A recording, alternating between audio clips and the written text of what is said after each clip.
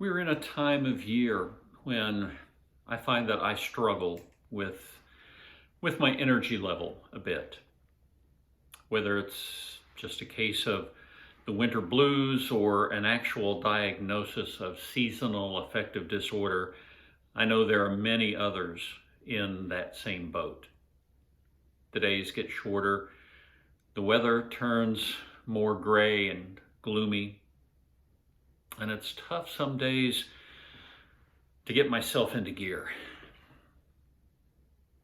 I have a hunch that even more people than usual are feeling that struggle this year. This year, the actual gray skies, what my wife calls the permacloud, have followed a prolonged period of metaphorical gray skies. The pandemic has put a damper on our spirits.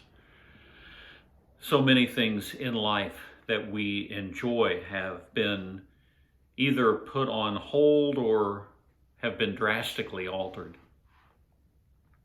People that we know have gotten sick. Some have gotten very sick. And some of us have lost people very dear to us.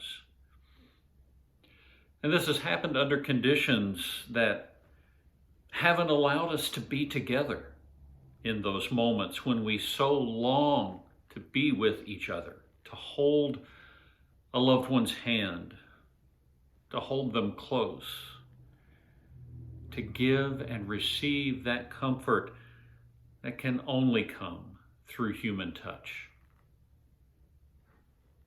If you're feeling down, if you are struggling, if the tears are coming with more frequency than normal, it's okay.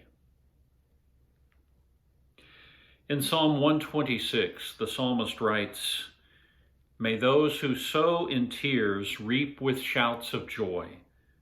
Those who go out weeping, bearing the seed for sowing, shall come home with shouts of joy, carrying their sheaves." Advent is a time to remember that the last page hasn't been written, that God is not finished. Whatever may be happening in the world, whatever may be happening in our lives, God has something more planned. God has something more coming. We may have to wait, and that can be hard. But while we wait, there are things that we can do. We can acknowledge our own pain. And we can take care of each other. In this Advent, that means being diligent about wearing a mask and social distancing and avoiding crowded places.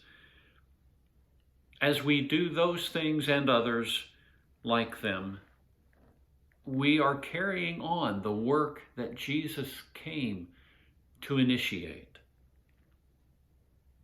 That's what the Kentucky Council of Churches is about.